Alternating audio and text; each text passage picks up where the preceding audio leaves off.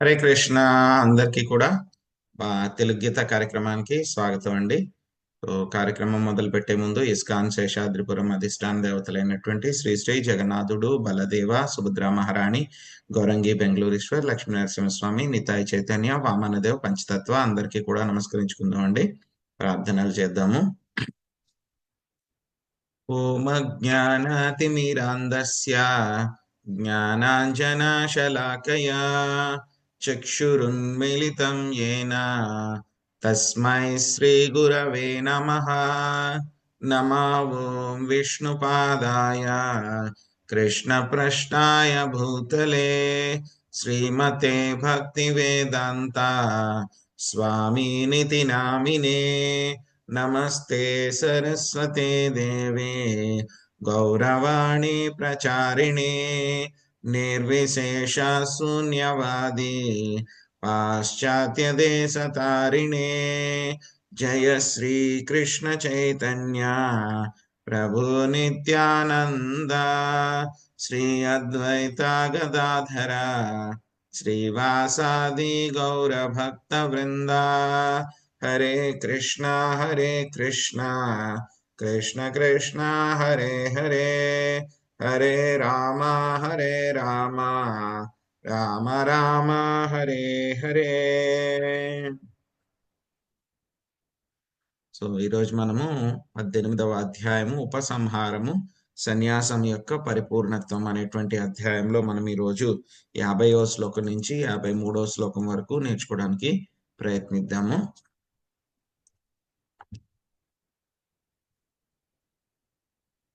బుద్ధ్యా విశుద్ధయా యుక్తో ధృత్యాత్మానం నియమ్య చ శబ్దాదీన్ విషయాన్ త్యక్త్వా రాగద్వేషోపుదచ్యత వివిక్త సేవిలగ్భాసి యతవా కాయమానసః ధ్యానయోగోపరో నిత్యం వైరాగ్యం సముపాశ్రితః అహంకారం బలం దర్పం కామం క్రోధం పరిగ్రహం విముచ్య నిర్మమః శాంతో బ్రహ్మభూయాయ కల్పతే. అనువాదము.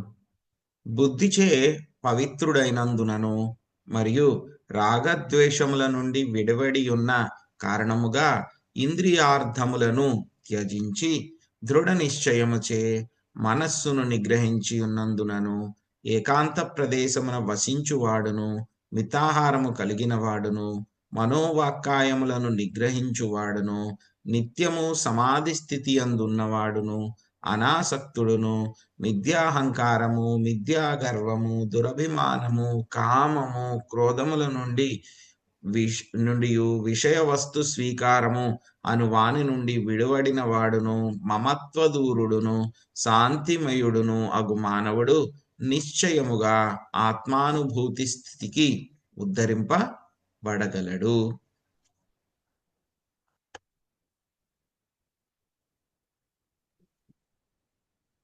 సో ఈ యొక్క అధ్యాయంలో మనము సన్యాసం యొక్క పరిపూర్ణత్వం అనేటువంటి విషయం గురించి తెలుసుకుంటున్నాం మనము.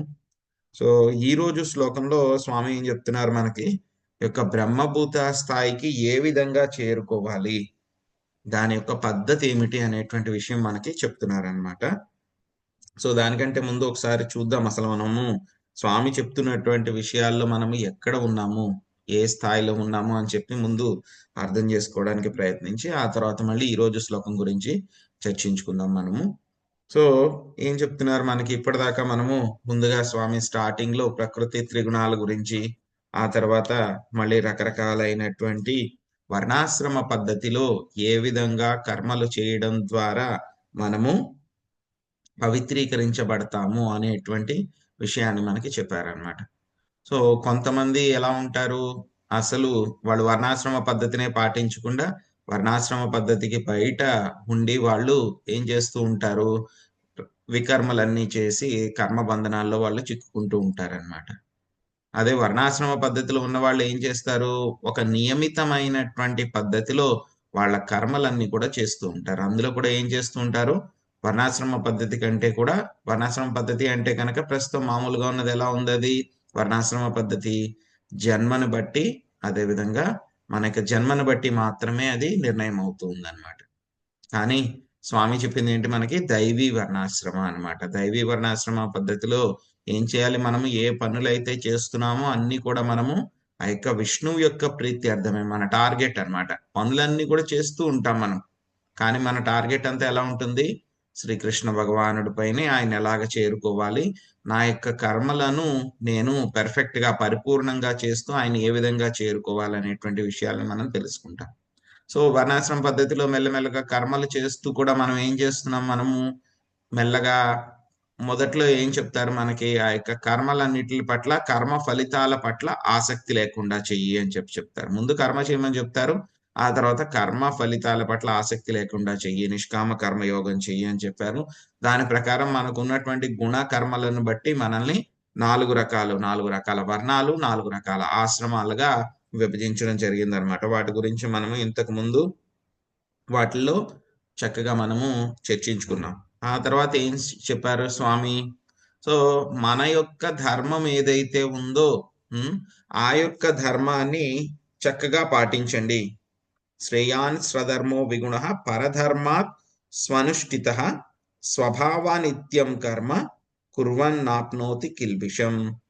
సో మన యొక్క కర్మ ఏదైతే ఉందో దాన్ని ఏం చేయమంటున్నారు స్వామి అది మనము సరిగ్గా చెయ్యలేకపోయినా సరే మనకి నియమిత కర్మ ఏదైతే ఉందో మన యొక్క వర్ణాన్ని బట్టి ఆశ్రమాన్ని బట్టి మనకి ఏదైతే కనుక కర్మ వచ్చిందో ఆ కర్మని మనము సరిగ్గా చెయ్యలేకపోయినా సరే పర్వాలేదు. అంతేగాని వేరే వాళ్ళ కర్మలు నేను బాగా చేయగలను అని చెప్పేసి వాళ్ళ కర్మల్ని తీసుకోకూడదు అనమాట. ఎందుకంటే మనం భౌతిక ప్రపంచంలో ఉన్నాం కాబట్టి మనం చేసేటువంటి కర్మలన్నీ కూడా పరిపూర్ణంగా ఉంటాయి అని చెప్పి మనం చెప్పలేం. ప్రతి ఒక్కళ్ళు కూడా ఏ పని చేసినా సరే ఏ కర్మ చేసినా సరే ఎంతో కొంత లోపం ఉంటుందన్నమాట ఆ యొక్క కర్మల్లో. ప్రతి కర్మలో కూడా ఎంతో కొంత లోపం ఉంటుంది. ఎలా అయితే కనుక నిప్పు ఉందనుకోండి ఏమవుతుంది ఆ నిప్పుకి ఎప్పుడు కూడా పొగ అనేది ఉంటూనే ఉంటుంది. పొగ లేకుండా నిప్పు ఎక్కడ ఉండదు. నిప్పు బాగా రాజిల్లుకున్నప్పుడు పొగ తక్కువ ఉండవచ్చు. నిప్పు మొదట్లో ఉన్నప్పుడు పొగ ఎక్కువ ఉండొచ్చు. అదేవిధంగా నిప్పు ఆరిపోతూ ఉన్నప్పుడు చివరి స్థాయిలో ఉన్నప్పుడు పొగ ఎక్కువగా ఉండవచ్చు. అంతేగాని నిప్పు లేకుండా పొగ లేకుండా నిప్పు అనేటువంటిది ఉండదన్నమాట. ఎలా అయితే కనుక ఆ విధంగా ఉండదు. ఏం చేస్తూ ఉంటాం మనం బాగా నిప్పుని బాగా రాజిల్ల చేస్తే కనుక ఏమవుతుంది పొగ తగ్గి ఆ యొక్క మంట అనేటువంటిది పెరుగుతూ ఉంటుంది. అదేవిధంగా మనం చేసేటువంటి ప్రతి పనుల్లో కూడా పొగను ఎలా పోలుస్తున్నారు ఏదో ఒక తప్పు అనమాట. పెర్ఫెక్ట్ గా లేకపోవడం అనమాట. సరిగ్గా లేకపోవడం అనమాట. ఏదో ఒక లోపాలు ఉండడం అనే దాన్ని పొగ కింద పోలుస్తున్నారు. నిప్పు అనేటువంటిది ఏంటంటే గనక సరైనటువంటి కర్మ కింద పోలుస్తున్నారు అనమాట. సో మనం ఏం చేసినా సరే ఎంతో కొంత లోపాలు అనేటువంటివి ఉంటాయి. కానీ ఏంటంటే కనుక మనము చక్కగా చేయడం మూలంగా శ్రద్ధగా చేయడం వలన ఆ యొక్క కర్మలని మనము చాలా పరిపూర్ణంగా చేయడానికి మనము ప్రయత్నించాలి అన్నమాట. సో ఆ యొక్క విషయాన్ని చెప్పారు స్వామి. ఆ తర్వాత వేరే వాళ్ళ కర్మలు తీసుకుని నువ్వు చేయొద్దు. నీ కర్మ నువ్వు పరిపూర్ణంగా చేసినా సరే పర్వాలేదు అని చెప్పేసి స్వామి దాని గురించి చెప్పడం జరిగిందనమాట. ఇది చెప్పేసారు. మళ్ళీ కర్మలు ఎలా చేయాలి అని చెప్పి చెప్పారనమాట. సో ఆ తర్వాత అక్కడితోటి మనం ఆగిపోకూడదు అనమాట. ఎందుకంటే గనక మనం భగవద్గీతలో అంతా కూడా ఏం చర్చించుకుంటున్నాం మనము సో యోగా ల్యాడర్ అంటారనమాట. రకరకాలైనటువంటి పద్ధతిలో అల్టిమేట్ గా మనము భగవద్ధామానికి వెళ్ళడము భగవంతుడి యొక్క సేవకుడు అవ్వడము మన యొక్క నిజధామమైనటువంటి వైకుంఠానికి వెళ్ళడం అనేటువంటి దాని గురించి మనకి అంతా ఏమి చెప్పినా సరే దాని గురించే మనకి చర్చ నిర్ణయం అంతా కూడా జరుగుతుంది. దాని గురించి డిస్కషన్ జరుగుతుంది. దానికి వెళ్ళడానికి మనం ఈ భౌతిక ప్రపంచంలో ఏ విధంగా నడుచుకోవాలనేటువంటి విషయాలు ఏ విధంగా ప్రాక్టీస్ చేయాలనే విషయాలు ఏమేమి ఉంటాయి అనేటువంటి విషయాలు వాళ్ళ యొక్క లక్షణాలన్నిటి గురించి కూడా మనకి భగవద్గీతలో మొత్తం అంతా చెప్పేదంటే ఇదే అన్నమాట. భౌతిక ప్రపంచంలో ఉన్నప్పుడు మనం ఎలా కర్మలు చేయాలి ఆ యొక్క కర్మలు చేయడం ద్వారా మనం పరిపూర్ణత్వం ఎలా సాధించాలి సో మెల్లగా మనం రకరకాలైనటువంటి యోగాభ్యాసాల ద్వారా భగవంతుని ఏ విధంగా చేరుకోవాలి చిట్ట చివరి యోగాభ్యాసం ఏమిటి అనేటువంటి విషయాల్ని మనకి భగవద్గీతలో అంతా కూడా మనకి చర్చించడం జరిగింది అనమాట. సో ఈ యొక్క పద్ధతిలో అన్నమాట బ్రహ్మభూత స్థాయికి వెళ్ళడం అనేటువంటిది మనకి ఈ యొక్క 49వ శ్లోకం నుంచి 55వ శ్లోకం దాకా చెప్తున్నారన్నమాట. ఏం చెప్తున్నారు? సో మనకి యొక్క మెల్లగా స్వామి ఏం చెప్పారు? ఆ యొక్క నిష్కామ కర్మయోగం చెయ్యాలి అని చెప్పి మనకి చెప్పడం జరిగిందన్నమాట. సో మొదట మనకి యోగాభ్యాసం చేసే మొట్టమొదటి స్థాయిలో ఉన్నప్పుడు అన్నమాట. జ్ఞానయోగులకైనా వాళ్ళనేమంటారు? ఆరో వృక్ష అంటారన్నమాట. తర్వాత యోగారూఢ గురించి వాళ్ళ యొక్క లక్షణాలు చూద్దాం. సో ఎవరైతే గనక మొట్టమొదటి స్థాయిలో మనం 6వ అధ్యాయంలో కూడా నేర్చుకున్నాం మనం. సో మొట్టమొదటి స్థాయిలో ఎవరైతే ఉంటారో సన్యాసము అంటే గనక మొత్తం కర్మలన్నీ వదిలిపెట్టేయడము అని చెప్పేసి సింపుల్‌గా చెప్పేస్తారు ఎవరిని అడిగినా సరే. కానీ సన్యాసం అంటే కనుక కర్మలను వదిలిపెట్టకుండా ఉండడానికి ముందు ఇంకా మనము సరైనటువంటి ఒక పద్ధతిలో వెళ్ళాలన్నమాట. సో యోగా వృక్ష స్టేజ్‌లో, ఆరో వృక్ష స్టేజ్‌లో ఏం చెప్తారు వాళ్ళకి? ముందుగా వాళ్ళకి 3 రకాలైనటువంటి విషయాలు చెప్తారు. మొట్టమొదటిది ఏంటి? ఆసక్తి బుద్ధి సర్వత్రా. అంటే కనుక మన యొక్క మనస్సుని ఏం చేయాలి మనము? ఈ యొక్క భౌతికపరమైనటువంటి విషయాల నుంచి, ఇంద్రియార్థాల నుంచి మనము మన యొక్క బుద్ధిని విడివడేలాగా చేయాలన్నమాట. రెండవది ఏం చేయాలి? జితాత్మ. మన యొక్క మనస్సుని మనము నియంత్రించుకోవాలి. మూడవదేంటి? విగత స్పృహః. అంటే కనుక మనకి ఎటువంటి భౌతికపరమైనటువంటి కోరికలు కూడా లేకుండా ఉండాలన్నమాట. సో ఈ విధంగా ఎవరైతే కనుక యోగి, జ్ఞానయోగి ఎవరైతే కనుక మెల్లగా ఈ యొక్క వైరాగ్యాన్ని పెంపొందించుకోవడానికి సన్యాసేన పరిపూర్ణమైనటువంటి వైరాగ్యాన్ని, సన్యాసాన్ని పొందడానికి ప్రయత్నిస్తూ ఉంటాడో ఏమవుతాడంట? మెల్లగా ఒక స్థాయికి వెళ్తాడు. ఏంటంటే గనక మనకి మనం ఇప్పుడే చెప్పుకున్నాం. మనం ఏ పని చేసినా సరే దాంట్లో ఎంతో కొన్ని అపరిపూర్ణాలు ఉంటాయి అని చెప్పి మనం చెప్పుకున్నాం మనం. సో ఏమిటి ఈ యొక్క అపరిపూర్ణాలు అని అంటే కనుక ఇవే అన్నమాట అపరిపూర్ణాలు. సో మనకి ఈ యొక్క నేనే చేస్తున్నాను, నేనే చెయ్యగలను అనేటువంటి భావన, ఆ తర్వాత యజమానత్వము, నాది, నేను చెయ్యగలను అనేటువంటి భావన. ఈ రెండింటి నుంచి కూడా ఏం చేయాలి మనము? బయటపడాలన్నమాట. సో అది బయటపడడానికి మెల్లగా ఎక్కడ? ఈ యొక్క ఆరో వృక్ష స్టేజ్‌లో ప్రయత్నిస్తాం అన్నమాట. సో ఎవరైతే కనుక ఈ యొక్క ఆరో వృక్ష స్టేజ్‌లో ప్రయత్నించి దానిలో పరిపూర్ణత సాధిస్తే కనుక నెక్స్ట్ అడుగు ఏమిటి? యోగారూఢ స్థాయి అన్నమాట. ఈ యొక్క యోగారూఢ స్థాయిలో మనం ఇప్పుడు చెప్పుకున్నటువంటి లక్షణాలు యోగారూఢ స్థాయిలో అన్నమాట. ఇప్పటిదాకా మనం చెప్పుకున్నాం కదా! బుద్ధిని ఏం చేయాలి మనము? ఈ యొక్క భౌతికపరమైనటువంటి విషయాల నుంచి తీసుకొని వెళ్ళాలి దూరంగా. మనస్సుని నియంత్రించాలి. భౌతికపరమైనటువంటి కోరికలు అనేటువంటివి ఉండాలి అని చెప్పే స్థాయికి వెళ్ళడానికి మెల్లగా ముందు ఏం చెప్తారు మనకి? కర్మ చేయమంటున్నారు మనకి. తర్వాత ఆరో వృక్ష స్టేజ్‌లో కర్మ చేయమంటారు. కానీ ఏంటంటే కనుక కర్మ ఫలితాల పట్ల ఆసక్తి ఉండవద్దు. అదేవిధంగా యజమానత్వం, నేనే చేస్తున్నాను అనేటువంటి భావన కూడా ఉండకూడదు. సో ఇది ఆరో వృక్ష స్టేజ్. ఆ తర్వాత స్థాయి యోగారూఢ స్థాయి అన్నమాట. యోగారూఢ స్థాయిలో మనం ఇప్పుడు చెప్పుకున్నాం కదా! మెల్లగా ఈ యొక్క నో రియాక్షన్ వర్క్ ఆ విధంగా చేస్తూ, చేస్తూ ఏం చేస్తాడు? ఈ యొక్క స్థాయికి వస్తాడన్నమాట. ఈ యొక్క బుద్ధిని ఈ యొక్క భౌతికపరమైనటువంటి విషయాల నుంచి దూరంగా ఉంచడము, మనస్సుని నియంత్రించుకోవడము, ఆ తర్వాత ఈ యొక్క మూడవది భౌతికపరమైనటువంటి కోరికలు లేకుండా ఉండడం. ఈ రకమైనటువంటి స్థాయికి ఎవరైతే కనుక వస్తారో వాళ్ళని ఏ స్థాయికి చేరారో అని అనుకుంటారు? నైష్కర్మ్య సిద్ధిం అని చెప్పి చెప్తారు. అంటే కనుక ఎటువంటి పనులు కూడా చేయరు. ఎటువంటి కర్మఫలాలు కూడా వాళ్ళు పొందరన్నమాట. సో ఎప్పుడైతే కనుక యోగి ఆ విధంగా మొత్తం పనులన్నిటిని కూడా పూర్తిగా ఆపేస్తాడో, కర్మఫలాలు ఏమి పొందడో ఏమంటారు అతన్ని? బ్రహ్మభూత స్థాయికి చేరుకున్నాడు అని చెప్పేసి చెప్తారన్నమాట. ఈ యొక్క బ్రహ్మభూత స్థాయికి చేరుకున్నాడు. బ్రహ్మభూత స్థాయికి చేరుకున్నటువంటి వాడు ఎవరైతే ఉన్నాడో ఆ పద్ధతిని ఏ విధంగా పాటించాలి? బ్రహ్మన్ రియలైజేషన్ ఏ విధంగా పొందాలి? సో అల్టిమేట్‌గా మనం ఏంటంటే గనక ముందుగా ఏం చెప్పుకున్నాం మనము? ఈ యొక్క నైష్కర్మ్య సిద్ధి జరిగిన తర్వాత మనము ఏమవుతుంది? ఆ యొక్క బ్రహ్మభూత స్థాయికి చేరుకోగలము. బ్రహ్మభూత స్థాయికి చేరుకున్న తర్వాత శుద్ధ భక్తికి మళ్ళీ ప్రయత్నించాలి. దానికోసం అని చెప్పి చెప్తారన్నమాట. ఈ యొక్క బ్రహ్మభూత స్థాయికి చేరుకోవడానికి ఆ పద్ధతి ఏదైతే ఉందో దాన్ని మనకి ఈ రోజు శ్లోకంలో మనకు చెప్పారనమాట. ఒకసారి ప్రజెంటేషన్ పెడతాను, ఎందుకంటే చాలా ఉన్నాయి ఇందులో. సో మొట్టమొదటిది ఏమిటి అంటే కనుక బుద్ధిచే పవిత్రీకరణం అవ్వడం అన్నమాట.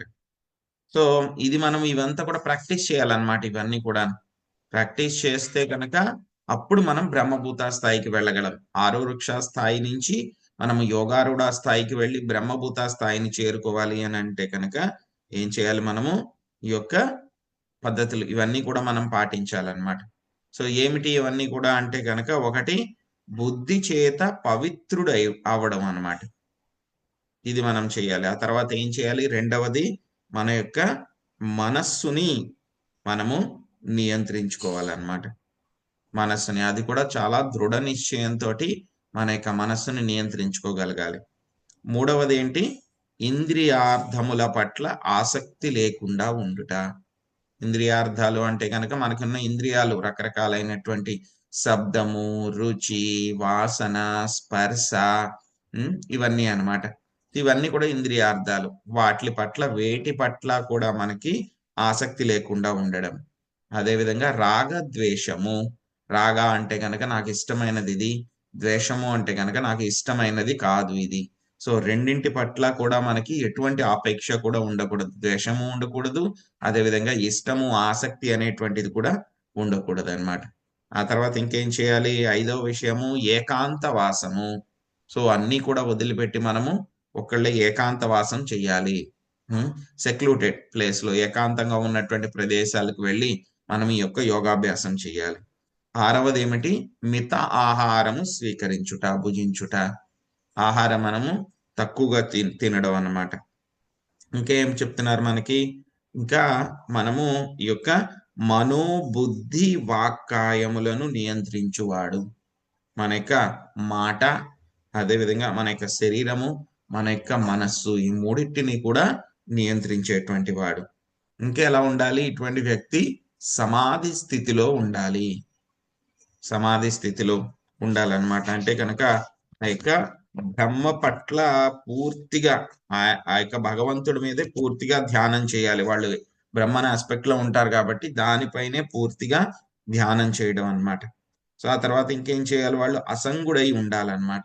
భౌతిక పరమైనటువంటి విషయాలు, భౌతిక పరమైనటువంటి వ్యక్తులు ఎవరైతే కనుక ఇంద్రియ భోగాల్లో ఉన్నారో అటువంటి వాళ్ళ యొక్క సాంగత్యం నుంచి దూరంగా ఉండాలన్నమాట.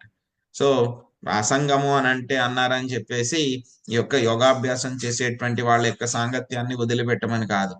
సో ఎవరైతే ఇంద్రియ భోగాలు చేస్తూ ఉన్నారో, ఒక జంతువుల స్థాయిలో ఉన్నారో, ఎవరైతే యోగాభ్యాసంలో వాళ్ళకంటే తక్కువ స్థాయిలో ఉన్నారో అటువంటి వాళ్ళ యొక్క సాంగత్యం నుంచి దూరంగా ఉండాలన్నమాట. తర్వాత ఇంకేం చెప్తున్నారు మనకి? మిథ్యాహంకార దూరుడగుట. నేను ఈ శరీరాన్ని అనేటువంటి యొక్క దేహాత్మ భావన లేకుండా ఉండడం అన్నమాట. తర్వాత మిథ్యాబలము గర్వము. నాకే బోళ్ళంత శక్తి ఉంది, నేనే చెయ్యగలను, నాకు అన్ని శక్తి సామర్థ్యాలు ఉన్నాయి అనేటువంటి యొక్క గర్వం నుంచి దూరంగా ఉండడం. ఆ తర్వాత ఇంకేమిటి? యజమానత్వము. ఇది నా యొక్క ఆస్తులు, నా యొక్క సంపదలు అనేటువంటి విషయాలు ఏవైతే ఉన్నాయో వాటిలన్నిటి నుంచి కూడా దూరంగా ఉండడం అన్నమాట. సో ఇవన్నీ కూడా జరిగితే కనుక ఏమవుతుంది? మెల్లగా వీడు చాలా ఒక స్థాయికి వెళ్తాడనమాట. అటువంటి యోగి అన్నమాట. ఎలా ఉంటాడు అటువంటి యోగి? సమాధి స్థితిలో చాలా ప్రశాంతమైనటువంటి స్థాయికి వెళ్తాడనమాట. ఏమవుతుంది? అటువంటి ప్రశాంతమైనటువంటి స్థాయిలో ఎలా ఉంటాడు వాడు? నిశ్చలంగా ఉంటాడనమాట. సో దానికి మనకి ఒక ఎగ్జాంపుల్ కూడా చెప్పడం జరిగింది. ఎలా అయితే కనుక నదులు, ఎన్నో నదులు సముద్రంలో కలుస్తూనే ఉంటాయి. అది కూడా ఒక రోజు కాదు, 2 రోజులు కాదు, ప్రతి రోజు కూడా ఎన్నో నదులు సముద్రంలో కలుస్తూనే ఉంటాయి. ఎంత కలిసినా సరే ఆ యొక్క సముద్రంలో ఉండేటువంటి నీటి యొక్క స్థాయి అంతే ఉంటుంది, పెరగదు, తగ్గదు. నది కలిసినా కలవపోయినా, వానాకాలంలో సముద్రం పైకి వచ్చేసి ఎండాకాలంలో సముద్రం ఏమీ వెనక్కి వెళ్ళిపోదు. సో ఎప్పుడు కూడా ఆ యొక్క సముద్రం యొక్క స్థితి అలాగే ఉంటుందన్నమాట. అలాగే ఈ యొక్క యోగి, యోగారూఢ స్థాయికి వెళ్ళినటువంటి యోగి కూడా ఏంటంటే కనుక ఇటువంటి కామము, ఈ అటాక్స్ అన్ని కూడా జరుగుతూ ఉంటాయి అన్నమాట. నాకు కావాలి, నాకు అది కావాలి అని మనసు అడుగుతూ ఉంటుంది. ఇంద్రియాలు అవి కావాలి, ఇవి కావాలి అని అడుగుతూ ఉంటాయి. సో రకరకాలైనటువంటి కామక్రోధ లోభాలు ఇవన్నీ కూడా వస్తూ ఉంటాయి. మిథ్యా గర్వం ఇవన్నీ కూడా కంటిన్యూస్ గా అటాక్ చేస్తూ ఉంటాయి అన్నమాట. ఇవన్నీ కూడా ఏంటి, శత్రువుల్లాగా అన్నమాట మనకి. అయినా సరే యోగి ఎలా ఉంటాడు, వాటిని అన్నిటినీ కూడా నియంత్రించుకుని ఈ యొక్క స్థాయిలో ఉంటాడనమాట.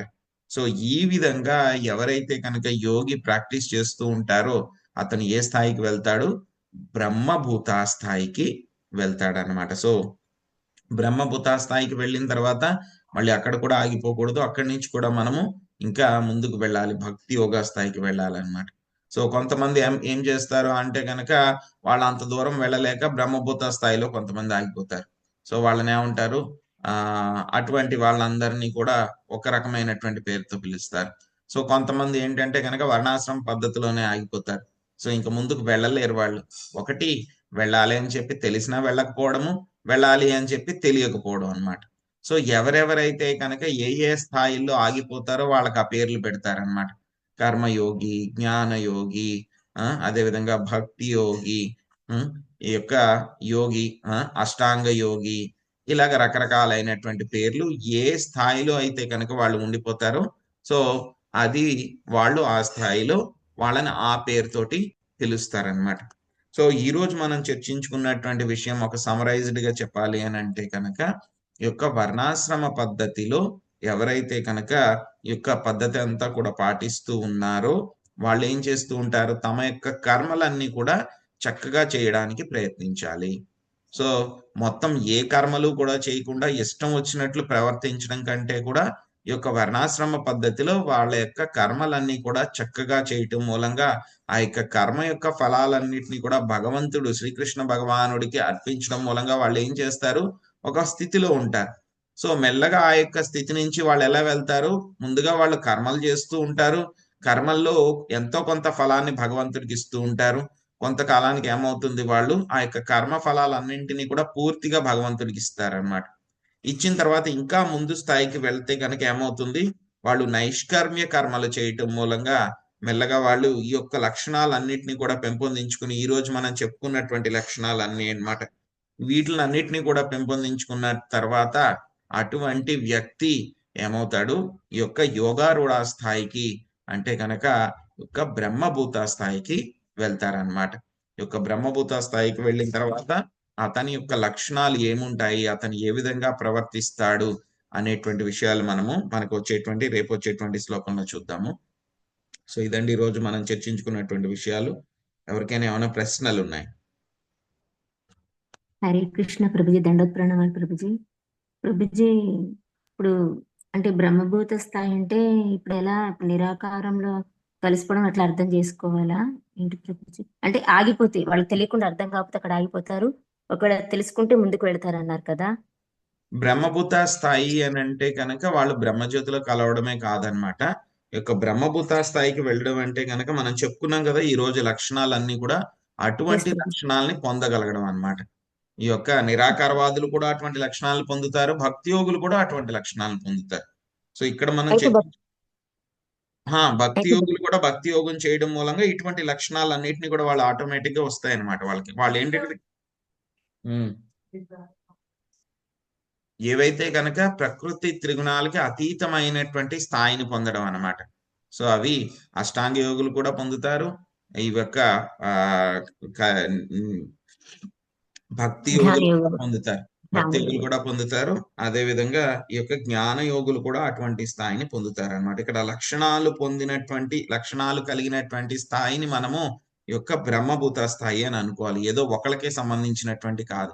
ఇదేంటంటే కనుక ఒక స్టేషన్ అన్నమాట. పెర్ఫెక్షన్ ని సాధించేటువంటి దారిలో మనం ఒక ఊరు నుంచి ఇంకో ఊరికి వెళ్తూ ఉన్నాం అనుకోండి, మధ్య మధ్యలో ఏమవుతుంది, రకరకాల ఊర్లు వస్తాయి. లేకపోతే తిరుపతి వెళ్తున్నాం అనుకోండి, కొండ ఎక్కుతాం. మనం ఎక్కుతున్నప్పుడు ఏమవుతుంది, మోకాల పర్వతం వస్తుంది, అలాగా రకరకాల ప్రదేశాలు వస్తూ ఉంటాయి. అలాగే భగవంతుడి దగ్గరికి వెళ్ళేటువంటి దారిలో ఇవన్నీ కూడా రకరకాల స్థాయిలు అన్నమాట. సో భగవంతుడి యొక్క దగ్గరికి వెళ్ళడానికి రకరకాల స్థాయిలు అన్నమాట. అందులో బ్రహ్మభూత అనేటువంటిది ఒక స్థాయి. సో అందరూ కూడా ప్రయత్నిస్తూ ఉంటారు రకరకాల మార్గాల ద్వారా, భక్తి యోగం ద్వారా, కర్మయోగం ద్వారా, జ్ఞానయోగం ద్వారా ఒక్కొక్క స్థాయి దాటుకుంటూ దాటుకుంటూ ఒక బ్రహ్మభూత స్థాయికి వస్తే గనక వాళ్ళకి ఈ లక్షణాలు వస్తాయన్నమాట. సో మోకాల పర్వతం వచ్చింది అని అంటే కనుక ఎలా తెలుస్తుంది? మెట్లు చాలా స్టీప్ గా ఉంటాయి మనకి. సో ఎక్కడం కష్టం అవుతుంది అని చెప్పి ఎలా అయితే కనుక మనకు తెలుస్తుందో, అదే విధంగా బ్రహ్మభూత స్థాయికి వస్తే కనుక వాళ్ళ యొక్క లక్షణాలు ఏమిటి అని ఇక్కడ చెప్పారనమాట. ఇది ఓన్లీ ఆ యొక్క ఆ వీళ్ళు బ్రహ్మజ్యోతి, బ్రహ్మయోగులు, జ్ఞానయోగులకు మాత్రమే కాదనమాట. సో అందరూ కూడా ఈ స్థాయికి వెళ్ళాల్సింది. ఓకే. అదే భక్తి యోగులైతే వీటి దాటి ముందుకు వెళ్ళగలుగుతారు. శుద్ధ భక్తి స్థాయిలో ఉన్నవాళ్ళు, విశుద్ధ ఆ! భక్తులైతే. అక్కడికి వెళ్ళిన తర్వాత కూడా ఇంకా ముందుకు వెళ్ళొచ్చు వీళ్ళు. జ్ఞాన యోగాన్నే ఉమ్. పట్టుకొని వెళ్ళొచ్చు. అక్కడికెళ్ళిన తర్వాత ఇంకా ముందుకు వెళ్ళాలనిపించొచ్చు. కొంతమంది ఇంక ఓపిక లేక ఆగిపోవచ్చు. ఆ కొంతమంది కొంచెం వెళ్ళే దీనిలో టేస్ట్ అనిపించి కూడా ఆగిపోవచ్చు ఇంకా. ఆ! నాకిది చాలు అనుకుంటే అక్కడే ఆగిపోతారు. ఇంకా కావాలి అనుకుంటే ముందుకు వెళ్తారు. ఓకే ప్రభుజీ. ప్రభుజీ మీరు చెప్పారు కదా, బ్రహ్మభూత స్థాయి కంటే ప్రేమ స్థాయి గొప్పది, దానికంటే సేవా స్థాయి గొప్పదేనని. అది ఎలా అర్థం చేసుకోవాలో అర్థం కావట్లేదు ప్రభుజీ. హరే కృష్ణ. యాక్చువల్‌గా శుద్ధ భక్తిని పొందడానికి మనము ముందుగా సేవా ఆనందం అనేటువంటిది సేవ చేయాలి. సేవా ఆనందం చేస్తేనే మనకి శుద్ధ భక్తి వస్తుందన్నమాట. సో, అవును ఆ ప్రభు. శుద్ధ భక్తి వచ్చిన తర్వాత ప్రేమ భక్తి వచ్చిన తర్వాత కూడా ఇంకా ఏ స్థాయి ఉంటుంది అని చెప్పి భక్తులు ఏ విధంగా ఫీల్ అవుతారు? కొంతమంది భక్తులు ఒక్కొక్క రకంగా ఫీల్ అవుతారన్నమాట. రకరకాల వాళ్ళన్నమాట. కొంతమంది ప్రేమతోనే ఆగిపోతారు. కొంతమంది ఏంటంటే ఇంకా మాకు సేవ ఇంకా కావాలి అని అనుకుంటారన్నమాట. సో, అందరు భక్తులు ఒకే రకంగా ఉండరు కాబట్టి ఆ విధంగా మనం అనుకోవాలన్నమాట. ఓకే. సో ఇప్పుడు సేవ రకరకాల నుంచే స్టార్ట్ అవుతది కాబట్టి ఇది మెయిన్, ఇది ఆ! కంపల్సరీ ఇది ఉండాలి. ఇది మెయిన్ అది. సో, ఇందులో కూడా చాలా ఆనందం వస్తుంది. సేవ చేస్తూ ఉంటే గనక భగవంతుడికి సేవ చేస్తూ ఉంటే కూడా చాలా ఆనందం వస్తుందన్నమాట. సో, అది సేవా ఆనందం. సో, సేవా ఆనందం చేస్తూ ఉంటే కూడా కొంతమంది భక్తులు ఇంకా మాకు సేవా ఆనందమే కావాలి అని అంటూ ఉంటారన్నమాట. అలా రకరకాల భక్తులు అందరూ కూడా. సో, ఒక్కొక్కళ్ళు ఉమ్. ఒక్కొక్కలాగా ఉంటారన్నమాట. ఎవరిని తప్పు పట్టకూడదు, ఎవరిని తక్కువ చేయకూడదు, ఎవరిని ఎక్కువ చేయడం. ఓకే ప్రభుజీ. కాకపోతే ఇవన్నీ మనం దాటిపోయిన వాళ్ళు బ్రహ్మభూత స్థాయికి వెళ్ళగలుగుతారు, యోగారూఢ స్థాయికి. మనం భక్తి చేస్తే గనక ఆటోమేటిక్‌గా ఈ లక్షణాలన్నీ కూడా వస్తాయన్నమాట. సెపరేట్‌గా మనం ఏమి చెయ్యాలి, నేను అడవికి వెళ్ళాలి, కూర్చోవాలి అని ఏం చేయాల్సిన అవసరం లేదు మనకి. సో, మనకి ఉమ్. ఆచార్యులు చెప్పినట్లు రూప గోస్వామి మనందరిని కూడా రూపానుగా అంటారు గదా! సో, ఆయన ఉమ్. చెప్పినట్లుగా కనుక మనం చేస్తే గనక ఇటువంటి బ్రహ్మభూత స్థాయికి ఆటోమేటిక్‌గా మనం దాటుకుంటూ వెళ్ళిపోతాం. ఈ లక్షణాలన్నీ ఎప్పుడొచ్చినాయో కూడా మనకు తెలియనే తెలీదు. ఉమ్. మనమేమి కాన్షియస్‌నెస్‌గా ఇవి తెచ్చుకోవాలి అని చెప్పి ఏం ప్రయత్నించాల్సిన అవసరం లేదు. భక్తి చేస్తూ ఉంటే గనక ఆటోమేటిక్‌గా ఇవన్నీ ఆటోమేటిక్ గా. కూడా వచ్చేస్తాయన్నమాట. ఎప్పుడొస్తాయో మనకు తెలీదు. ఎలా అంటే ఉమ్. గనక మనము ఆకాశంలో వెళ్తున్నాం అనుకోండి విమానము. హ్మ్. విమానం వెళ్తే గనక స్టార్టింగ్‌లో మనకి ఉన్నప్పుడు గ్రౌండ్‌లో ఉన్నప్పుడు నేల మీద ఉన్నప్పుడు మనకు తెలుస్తుంది. విమానం టేక్ ఆఫ్ అయ్యేటప్పుడు చాలా ఫాస్ట్‌గా వెళ్తోంది. అబ్బా! కార్ కన్నా కూడా చాలా ఫాస్ట్‌గా వెళ్తుంది అని చెప్పి మనకు అనిపిస్తూ ఉంటుంది. సో, విమానం పైకి వెళ్ళేసరికి మనకు అనిపిస్తుంది. ఓహ్! పైకి వెళ్తున్నాం, పైకి వెళ్తున్నాం అని. పైకి వెళ్ళిన తర్వాత ఏమవుతుంది? విమానం స్టడీగా ఉంటుంది. ఫ్లాట్‌గా అయిపోతుంది. అలా ముందుకు వెళ్తూ ఉంటుంది. మనం కిటికీలోంచి బయటికి చూసామనుకోండి, ఏమవుతుంది? మేఘాలు అన్నీ కూడా అలాగే ఉన్నట్టు అనిపిస్తూ ఉంటుంది. ఒకప్పుడు ఏమనిపిస్తుందంటే గనక అసలు మనం వెళ్తున్నామా? ఇక్కడే ఉన్నామా? అని అనిపిస్తూ ఉంటుంది మనకి. ఏమి కదలిక ఏమి ఉన్నట్టు ఉండదు. అలాగని చెప్పేసి విమానం ఏమన్నా ఆగిపోతుందా? ఏమీ ఆగదు. అది వెళ్తుంది. చాలా ఫాస్ట్‌గా వెళ్తుంది. 100 కిలోమీటర్ల గంటకి, 1000 కిలోమీటర్ల గంటకి స్పీడ్‌లో వెళ్తుంది. 800 నుంచి 1000 కిలోమీటర్ల స్పీడ్‌లో వెళ్తుంది. సో, మనకి కిటికీలోంచి చూసినప్పుడు ఏం వెళ్ళట్లేదు. ఇక్కడే ఉన్నాం గదా! అని చెప్పి మనకు అనిపిస్తూ ఉంటుందన్నమాట. ఆ! కానీ మళ్ళీ దిగేటప్పుడు మనకి తేడా తెలుస్తుంది. ఓహ్! వచ్చేసామా మనము మనం వెళ్ళాల్సిన ప్రదేశానికని మళ్ళీ దిగేటప్పుడు తేడా తెలుస్తుందన్నమాట. అలాగే భక్తిలో కూడా మనం చేస్తున్నప్పుడు నిజమైనటువంటి స్థాయి అంటే 2 రకాలు. నిజంగానే వెళ్ళకపోవడము, వెళ్ళేటువంటి వాళ్ళు అన్నమాట. నిజంగానే వెళ్తున్నారు ముందుకి అని అంటే గనక వాళ్ళకి కూడా ఏం మార్పు రావట్లేదు అని చెప్పి అనిపిస్తూ ఉంటుంది. కానీ అదేంటంటే గనక లోపల లోపల అదంతా కూడా జరిగిపోతూ ఉంటుందన్నమాట. సో, అలా జరుగుతూ జరుగుతూ ఈ యొక్క బ్రహ్మభూత స్థాయి యొక్క లక్షణాలన్నీ కూడా ఆటోమేటిక్‌గా భక్తులకొచ్చేస్తాయన్నమాట. సెపరేట్ ఎండవర్ ఏమి అవసరం లేదు. లేదు. ఎప్పుడైతే ఎన్ని చేస్తూ అలా వాళ్ళు అన్ని చేస్తుంటే ఆటోమేటిక్‌గా అలా వెళ్ళిపోతారు ఆ స్థాయికి. అవును. Thank you Prabhuji. Thank you Prabhuji. Hare Hare Krishna. Krishna. Hare Krishna. Hare Krishna. మళ్ళీ మనం రేపు కలుసుకుందాం అండి. మన భగవద్గీత సెషన్‌లో చాలా మంచి శ్లోకం బ్రహ్మభూత ప్రసన్నాత్మ. బ్రహ్మభూత స్థాయికి వెళ్ళినటువంటి లక్షణాలు ఏ విధంగా ఉంటాయి అనేటువంటివి రేపు ఇంకా చెప్తారన్నమాట. మనం ఈరోజు పద్ధతి గురించి తెలుసుకున్నాం మనము. సో రేపు మనకి ఆ స్థాయికి వెళ్ళిన వాళ్ళకి లక్షణాలు ఏమిటి, నేను వెళ్ళిపోయానా బ్రహ్మభూత స్థాయికి అని అంటే కనుక ఆ లక్షణాలు ఏమిటి అనేటువంటిది రేపు వస్తుంది. బ్రహ్మభూత ప్రసన్నాత్మ నశోచతి నకాంక్షతి సమ సర్వేషు భూతేషు మద్భక్తిం లభతే పరం. రేపు ఆ శ్లోకం గురించి చర్చించుకుందామండి. హరే కృష్ణ. హరే కృష్ణ హరే ప్రభుజీ. కృష్ణ ప్రభుజీ ప్రభుజీ. నమస్కారం ప్రభుజీ. దండవత్ ప్రణామం. ధన్యవాదాలు ప్రభుజీ. దండవత్ హరే ప్రణామం ప్రభుజీ. హరే కృష్ణ ప్రభుజీ. శ్రీ దండవత్ కృష్ణ ప్రభుజీ హరే దండవత్ ప్రణామాలు. ప్రభుజీ ఏకాదశికి హరే కార్న్ కృష్ణ తినొచ్చా ప్రభుజీ. ప్రభుజీ? హరే కృష్ణ ప్రభుజీ. మీరు ఏ ఊర్లో ఉన్నారండి? నేను న్యూజిలాండ్ లో ఉన్నాను ప్రభుజీ. ఈ రోజు మాకు ఏకాదశి గీతా జయంతి వచ్చింది కదా, ఓకే అండి. అంటే కార్న్ తినొచ్చా లేదా అని డౌట్ వచ్చి. ఏంటండి? కార్న్ కార్న్ తినొచ్చా లేదా కార్న్ అని తినకూడదండి. Corn is a grain. తినకూడదు కదా ప్రభుజీ, అది తినకూడదు, డౌట్ తినకూడదు. వచ్చింది. తినకూడదు. ఓకే. తినకూడదు. Corn is a grain. మనం అనుకుంటాం అది corn is a grain. Okay Prabhuji, చాలా థ్యాంక్స్. ప్రభుజీ ఒకసారి టైమింగ్స్ ఒక్కసారి చెప్పరా టైమింగ్ ప్రభుజీ? చెప్పండి మరొకసారి. ప్రభుజీ. టైమింగ్స్ అంటే కనుక మీరు ఏ ఊర్లో ఉన్న దాన్ని బట్టి ఉంటుంది కదండి. విజయవాడ దగ్గర ప్రభుజీ, విజయవాడ దగ్గర. హైదరాబాద్. హైదరాబాద్. నువ్వు ఏ టైం వరకు